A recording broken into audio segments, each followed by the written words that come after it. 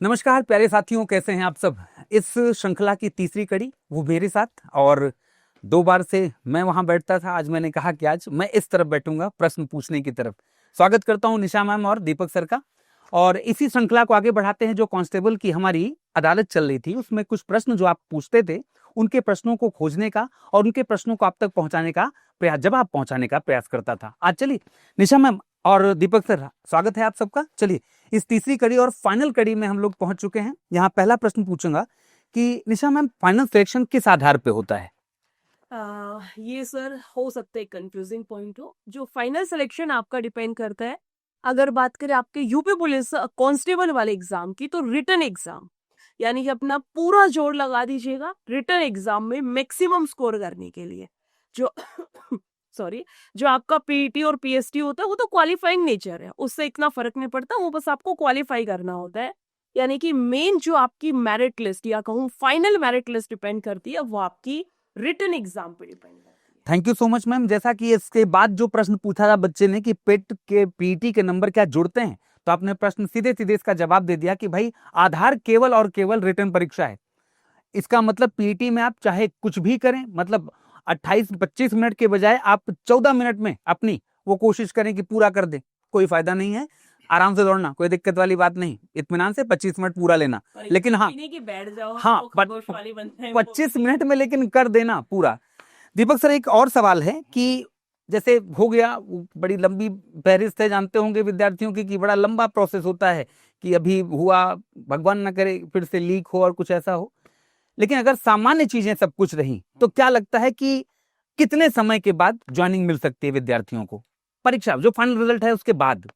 मेरे ख्याल से जो रिजल्ट आने के बाद तकरीबन ये जो 9 महीने की प्रिपरेशन है, मतलब 9 महीने की, तकरीबन 6 से 9 महीने की जो ट्रेनिंग होती है, उसके बाद जो है क्या है सवाल, क्या है? ज्वाइनिंग कब तक? ज्वाइनिंग तो मतलब जैसे ट्रेनिंग है, ट्रेनिंग के बाद वो थाने पे अपना जो है, जिनका भी अलग अलग पोस्ट है, जैसे आरक्षी नागरिक पुलिस, हाँ हाँ बिल्कुल, मैं समझ गया। मतलब ये है कि जेल वार्डर है, एग्जैक्ट नहीं बताया जा सकता कि मतलब उसमें हाँ, मतलब अलग अलग ट्रेनिंग होती है। किसी की ट्रेनिंग पहले, जैसे इस बार जो 32,679 है, इसमें जेल वार्डर महिला अलग है, पुरुष अलग है, पीएस हाँ, तो इसमें ये अलग अलग चीजें हो सकती ये है। समझने तक अगर बिल्कुल बोले तो 9 महीने के करीब बाद जो है, हम इसे 1 साल, तो ओवरऑल अगर बोले 6 से 9 महीने बोले, 1 साल के बाद लग जाता होगा। 1 साल लग जाता है। 12 महीने का मेरिट लिस्ट आने के बाद, फाइनल वाली के बाद।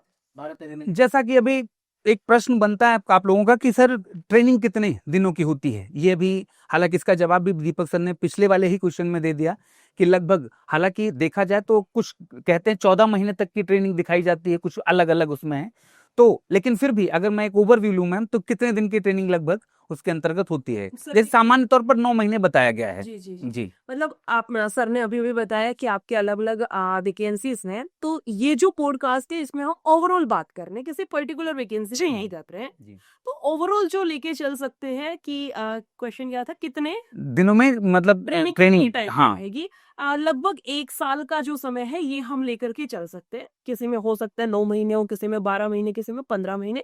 1 साल हम एक एवरेज जो टाइम पीरियड है वो मेरे ख्याल से लेकर के चल सकते हैं। जी मैम, बहुत अच्छा। और एक है कि क्या ट्रेनिंग के दौरान सैलरी मिलती है? हालांकि बच्चों, ऐसे सवाल क्या पूछते थे यार तुम लोग, हैं ट्रेनिंग के दौरान? बहुत इंपॉर्टेंट क्वेश्चन। हाँ है तो, लेकिन मतलब ये है कि इस तरह से जज्बा दिखाते हो क्लास में, जय हिंद, ये वो, ये कर देंगे, वो कर देंगे, और पैसा पहले पूछ रहे हो यार तुम लोग। हाँ? एक बात बता दीजिए जी, आपने, यहाँ पर जो है बच्चों के हवाले से मैं बोल रहा हूँ, हम्म, मानसिक तौर पे उन्होंने अपना जज्बा दिखाया, हम्म, शारीरिक तौर पे उन्होंने जज्बा दिखाया, हम्म, आर्थिक तौर पे कौन करेगा? कौन? मैं सहमत हूँ आपसे कहीं ना कहीं। मैम ने भी हालांकि मेरा विरोध किया इसमें, और आप भी कर ही रहे हैं लगातार। विरोध कहाँ है? ये विरोध नहीं तो और क्या?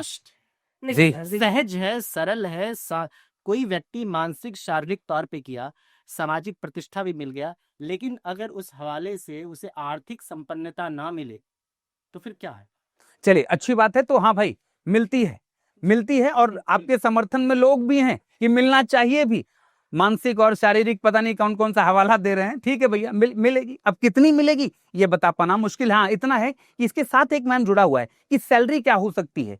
ट्रेनिंग कंप्लीट हो गई, ट्रेनिंग का पैसा मिलेगा, वो आपको इकट्ठे मिल जाएगा, कोई दिक्कत वाली बात नहीं, लेकिन तो है ना? रोकना चाहूंगा जी, मेहनत करते हैं, इसमें कोई दो राय नहीं। विद्यार्थी है ना, इसमें कोई दो राय कांस्टेबल है ना, नहीं। जी जी वरीयता के दौर पे देखिए निचले पायदान पे जरूर है, लेकिन इनमें जज्बा, जुनून, साहस इतना ज्यादा, खूब मेहनत करते हैं ये। जो सिलेक्ट हुए ना 60,244 भर्ती में, बहुत मेहनत करते, ट्रेनिंग भी उनको ऐसी होती है कि वो मुश्किल से उनको 2-4 घंटे का वक्त मिलता है। नहीं, ये तो है कि कुछ बच्चे जानते हो, कुछ बच्चों से अभी भी बातचीत होती है ट्रेनिंग के दौरान, और खासकर जो बच्चे अभी एसआई के लिए लगे हुए हैं कि सर इस बार यहाँ ट्रेनिंग कर जरूर है, लेकिन कुछ समय बाद हम एसआई में लगना चाहते हैं, तो वो भी लगे हुए हैं। ये तो है, बहुत मेहनत करते हैं। तो हाँ, ये परीक्षा के पहले, परीक्षा के दरमियान, परीक्षा देखिए संयोग क्या है, परीक्षा के बाद भी जो ट्रेनिंग में मेहनत होती है, सब मेहनत करते लिटरली, मैं मानता हूँ हेड्स ऑफ। सर वो तो फिर बाद में भी वो तो एक मेहनत, तो आई थिंक लाइफ का प्रोसेस ही है। हाँ, पेपर के पहले तो 12 साल स्कूल में पढ़े, उसके बाद कॉलेज, उसके बाद आप प्रिपरेशन कर रहे हो, तब पढ़ रहे हो, एग्जाम हो गया, फिर भी पढ़ रहे हैं कि एसआई पे प्रमोशन चाहिए, मेहनत किए जा रहे हो पूरी ड्यूटी। हाँ, लेकिन वो जो ये वो जो तो एक मेहनत है ना, लाइफ का ये प्रोसेस। तो मेहनत तो वो वाली बात है ना, प्रतियोगिता हो गई ना। यहाँ पे तो ये है कि सबसे बेहतर जो होगा वही चुना जाएगा। वहां पे क्या था कि भाई 33% लाओ, 40% लाओ, 9-10, ये जो है पर सर ये डिपेंड करता है ना, कोई सोच रहा है बस 33% आया था, बात ठीक है, ये नहीं कि ये भी होता है मुझे टॉपर बनना है, मैं तो नहीं सेटिस्फाई हो सकता उस 33%। लेकिन यहाँ तो गला काट प्रतियोगिता है हम लोग। चलिए, मैं आप लोग कहीं सर एक मिनट, वो भी डिपेंड करता है। अब किसी बच्चे की हो तो यार ठीक है, पेपर है, बस बात खत्म, जाके मुझे पेपर दे के आना है, इस बहाने घूमने को मिल जाएगा, घर वाले थोड़े बहुत पैसे दे देते हैं, वो डिपेंड करता है। बिल्कुल दूसरा स्टूडेंट ये सोचता है नहीं यही मेरी जिंदगी का आखिरी पेपर, मुझे सिलेक्शन लेना है, जैसे तैसे लेना है, तो वो स्टूडेंट की जो मेंटेलिटी, जो मानसिकता है, उस पर डिपेंड करता है कि वो लाइफ को लेके कितना सीरियस है। जैसे कोई 33% पे भी पास हो गया, ठीक है यार 10वीं पास हो गया, कोई चाह रहा है मैं 10वीं का टॉपर बन जाऊं, कोई चाह रहा है मैं 10वीं में अपना डिस्ट्रिक्ट का टॉपर बन जाऊं, वो तो स्टूडेंट की मेंटलिटी पे आपकी बात 100% मतलब बेहतरीन, इसमें कोई दो राय नहीं। लेकिन हम बात कर रहे हैं उत्तर प्रदेश पुलिस कांस्टेबल के सापेक्ष। जी यहाँ तो चाहिए भाई 12वीं पास होना चाहिए, जो योग्यता मांगी जा रही है। ऑब्वियसली। और यहाँ जो प्रतियोगिता है वो गला काट प्रतियोगिता है, इसका मतलब श्रेष्ठ को ही चुना जाएगा, बस याद रखना। तुम 40, चलिए, मैं 45 लाए हो, मैं 50 लाए हो, जी मैं इस कन्वर्सेशन को थोड़ा सा आगे लेकर जाता हूँ। आप बिल्कुल सहमत, मैं आपसे सहमत। तो आगे लेके जाना जी और हमारा कार्य है बातचीत करना, आपसे जी। जवाब देना। जी बिल्कुल। proceed करिए। तो मैम, सैलरी की बात करें कि इन हैंड सैलरी कितनी मिलती होगी? सबसे मेन मोटिवेशन का काम यही कर रहे हैं ना, जो आप फिलहाल लगे पड़े हो अपनी तैयारी करने, कि जिस मंजिल को पाने के लिए आप इतनी मेहनत किए जा रहे हो, उस मंजिल पे पहुंचने के बाद आपको जो एक रिजल्ट मिलने वाला है वो क्या है। तो अगर बात की जाए आपकी सैलरी की, सैलरी आपकी डिपेंड करती है, उसमें आपके बहुत सारे भत्ते जिसको बोलते हैं अलाउंसेस, वो आपके ऐड होते हैं, जिसमें हाउस रेंट हो गया, ट्रांसपोर्ट का हो गया, ऐसे बहुत सारे भत्ते होते हैं। जब आप लगोगे तब आप लोग ही हमें डिटेल में भेजा करोगे, मैम देखिए इतना ये मिला है, इतना एचआरए मिला है ना। तो एट प्रेजेंट अगर मैं बात करूं तो आपकी जो इन हैंड सैलरी है वो आप 30 से 35 हजार के बीच में लेकर के चलिएगा। और जो ट्रेनिंग की हम लोग अभी बात कर रहे थे कि ट्रेनिंग के टाइम पे सैलरी मिलती है नहीं मिलती है, तो ये नहीं कह सकते कि नहीं मिलती है, सैलरी आपकी मिलती है, 100% मिलती है ट्रेनिंग के दौरान। लेकिन वो डिपेंड करती है कि कितना परसेंट आपको दिया जा रहा है। किसी किसी फोर्सेस में 50% सैलरी दे दी जाती है ट्रेनिंग के दौरान, तो वो परसेंटेज आपका डिसाइडेड रहता है, लेकिन कुछ ना कुछ सैलरी जरूर मिलेगी। और जब आप कांस्टेबल के पद पे लग जाते हैं, जैसे आपकी ट्रेनिंग कंप्लीट होती है, देन आपकी सैलरी 30 से 35 हजार के बीच में इन हैंड रहेगी। बाकी आगे जो आपका प्रमोशन है, आगे चल के जब आपका एक्सपीरियंस हो जाता है, उसके बाद आपकी जो है इंक्रीज तो होती रहती है सर, सरकारी क्या बोलते हैं बाबू बनने के बाद। बिल्कुल सही बात है। वेतन आयोग में हो भी जाएगा इनका जी, करीब 45,000 के करीब अमाउंट हो। चलिए बहुत बढ़िया, थैंक यू सो मच। और एक सवाल है, मुझे लगता है कि ये कमीशन का सताया हुआ है बेचारा, और बहुत ज्यादा दिल से दुखी है। इसने कहा है कि क्या 2 बार एग्जाम हो सकता है? मित्र, इसका जवाब तो मैं हालांकि अपने पैनलिस्ट से लूंगा, लेकिन इसका जवाब मैं एक बार दे दूं कि 2024 में उत्तर प्रदेश सरकार ने कानून लाया है पेपर को लीक होने से रोकने के लिए, जिसमें यह कहा जाता है 2 करोड़ रुपए तक के लिए आपको आर्थिक दंड दिया जा सकता है। बाकी आपको क्या लगता है सर, क्या इस बार इंतजाम व्यवस्था ठीक है? पिछली बार की तरह कोई रिपीटिशन तो नहीं होगा? पेपर लीक होने की संभावना कम है। अगर आप देखें जी, जो पहले के आंकड़े हैं उसके मुताबिक थोड़े बहुत तो उस पे सरकार भी कार्रवाई। हाँ, सरकार भी और एजेंसियां भी इस समय मजबूती के साथ लगी हुई हैं। जैसा कि जो लास्ट एग्जाम हुआ था उसमें मैंने देखा भी था। जाहिर सी बात है, हम केंद्रीय एग्जाम की बात करें जो एसएससी में काफी मतलब हुआ, मतलब बहुत सब कुछ हुआ, प्रोटेस्ट वगैरह। जी भी चीजें चल रही प्रश्नों को लेकर, लेकिन हम कह सकते हैं कि संभावना कम है। जी, ठीक। इतना। चलिए, thank you so much sir. आगे मैं यही कहूंगा हाँ। कि विद्यार्थियों को निसंदेह तैयारी करिए, जम के करिए, इन सब चीज़ों को अपने दिलो दिमाग में मत लाइए, क्योंकि अगर इन सब चीज़ों को दिलो दिमाग में लाएंगे ना, तो जाहिर सी बात है आपकी एफिशिएंसी में कमी आएगी जी कहीं ना कहीं। जी हम कि आप तो उस व्यक्ति को ढूंढेंगे कि कोई मिल जाए चोर उचक्का कि उसको पकड़ लूं, ऐसे होता है, ऐसे ही होता है। आपका जो जो सबकॉन्शियस माइंड यही काम करेगा, किसी मिल जाए कोई सेटिंग करने वाला, लेकिन उसका कोई लाभ नहीं। पिछली बार जिसने पैसे दिए थे उनके डूब ही गए ऑब्वियसली बहुत सारे बच्चों। हाँ अगर हम बात करें नैतिक तौर पे बात करें, तो जाहिर सी बात है, अगर मान लिया जो हो भी गया आपका, तो करोगे क्या? क्या जवाब दे पाओगे बच्चों को? क्योंकि नौकरी लेने के बाद भी आम तौर पे बड़े हो जाते हो आप, 27-28 के हो ही जाओगे ट्रेनिंग वगैरह करके, 26 के हो जाओगे, 24 के हो जाओगे, कल दिन शादी ब्याह होगी, बच्चे होंगे, तो जवाब क्या दोगे कि मैं फर्जी में भर्ती हो गया था? तो इसका जीवन नहीं है, उसमें जीवन जीना है। मेहनत करिए, खूब मेहनत करिए, अपने परिश्रम से कुछ भी, चाहे आप कांस्टेबल हो या एसआई हो, कोई भी नौकरी लीजिए, मेहनत से ली। चलिए, अब इस पॉडकास्ट को हम आगे की तरफ लेकर चलते हैं मैम, और लगभग जैसे आप हाँ। इधर देख रहे हो, मुझे लग रहा है अगले क्वेश्चन में वही जी बिल्कुल, मैं ये चाहूंगा कि अब इसको हम बिल्कुल, ये है कि कुछ चुनिंदा सवाल और बचते हैं, फिर उसके बाद हम अंत करेंगे। और ये अंत नहीं, ये शुरुआत है, और कहाँ से कैसे क्या क्या चीजें करनी है, ये बहुत बड़ा सवाल है। बच्चों का एक सवाल आया मैम कि हम तैयारी शुरू तो करें, लेकिन कहाँ से करें? एग्जाम डेट तो अभी नहीं आई है फिलहाल, लेकिन बहुत जल्दी घोषणा कर दी जाएगी, तो हम कहाँ से अपनी तैयारी को करें? इसका एक ही सॉल्यूशन है मेरे ख्याल से। देखो, दो तरीके के स्टूडेंट होते हैं। एक जो एग्जाम डेट का इंतजार कर रहा है, फिर उसको होश आता है कि अच्छा भाई तुझे पढ़ना भी है ना। एक जो सच में तैयारी करने वाला स्टूडेंट होता है ना, जो सच में इंतजार कर रहा था यार कब वैकेंसी आएंगे और इस बार तो मैं पक्का सिलेक्शन लेकर के रहूंगा या रहेंगे। तो आप लोगों के लिए दो तरीके की चीजें होती हैं। एक वो स्टूडेंट होता है जो थोड़ा बहुत कसर बाकी एक तरीके से, है ना, कि पिछली बारी रह गया, या मुझे आता है, मेरा बेस स्ट्रोंग है, बस मुझे तैयारी करने की जरूरत है, बस मेरे से मुंह में क्वेश्चंस नहीं लग पाते। उस केस में आपका एक सॉल्यूशन मैं बता देती हूँ। आपकी जो टेक्स्ट बुक की पूरी टीम है, यूपी पुलिस की, इवन मैं कहूँ यूपी टेक्स्ट बुक की जो पूरी टीम है, जिसमें आपका रीजनिंग भी, हिंदी भी, जीके जीएस भी, मैथ्स भी, सारे सब्जेक्ट की आपके यूट्यूब पे क्लासेस कराई जा रही हैं। और ऐसा नहीं है कि यूट्यूब पे क्लास है तो ठीक है, आप एक बार ही जाइएगा और सिर्फ मेरे कहने से आप एक बार कंटेंट देखिएगा। प्रीवियस ईयर आपने मेरे ख्याल से लगाए होंगे, नहीं लगाए होंगे, जो भी है, एक बार ही जाइए और वो कंटेंट देखिए। सारी क्लासेस उसमें आपकी हो रही है। सुबह 11 बजे आपका स्लॉट स्टार्ट हो जाता है, नॉन स्टॉप आपकी लगातार क्लास होती है। वो जो 4 घंटे आपके है, 11 बजे जीके जीएस की क्लास जाती है, उसके बाद 12 बजे आपकी हिंदी जाती है, फिर 1 बजे आपका रीजनिंग जा रहा है, फिर 2 बजे आपका मैथ्स जा रहा है, जो कि मैं ही कराती हूँ, है ना। यानी कि ओपनिंग बैट्समैन है सुयश सर, और जो एंडिंग बोलते हैं ना, लास्ट डाउन लास्ट डाउन जी, ओके। Last down. मैं क्रिकेट नहीं देखती हूँ, है ना, तो लास्ट डाउन जो है वो मैं करा रही हूँ, ठीक है। ये आपका यूट्यूब का है। और जो दूसरा केस होता है, जिस स्टूडेंट को ये है यार मुझे तो कुछ भी नहीं आता और वैकेंसी आ गई है, जिसको यही नहीं पता कि अच्छा ये भी सब्जेक्ट पूछा जाता है, ऐसे भी होता है, कहने का मतलब जिससे बेसिक से सिलेबस नहीं कर रखा है, उस केस में आपका एक नया पेड बैच भी अभी अभी लॉन्च हुआ है। आई थिंक सर 12 जनवरी से उसमें हमने क्लासेस भी स्टार्ट करी है। बहुत ज्यादा सिलेबस नहीं हुआ है, एक आधी क्लास आप तो ही है, बस जाइएगा। और उस जो पेड बैच है, जिसमें आपको टॉपिक वाइज, टाइप वाइज सारे सब्जेक्ट करवाए जा रहे हैं, जाकर के एक बारी बढ़िया तरीके से उस बैच को कर लीजिएगा। उसके बाद यूट्यूब से प्रैक्टिस और मॉक से अपना मॉक लगा लीजिएगा। मेरे ख्याल से सर सफिशिएंट रहेगा। हाँ बिल्कुल, आपने सही जगह बताई। और मैं ये चाहूंगा कि एक बार, जैसा कि मैम ने कहा भी, कि एक बार जाके आप देखिए, कंटेंट देख लीजिए।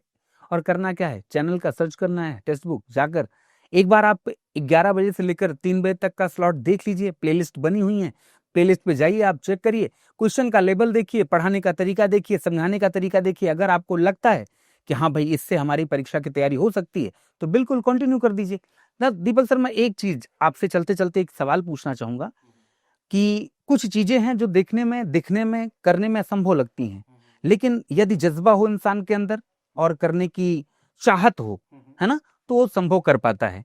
जैसे कि पता है इस बार एक परिवर्तन हुआ कि माइनस मार्किंग नहीं है, तो मैं आपसे पूछना चाहूंगा कि क्या 250, 260, 270, ये 300 में अंक लाना पॉसिबल है? क्या लगता है संभव वाले नंबर हैं ये? कितने नंबर लाए जा सकते हैं?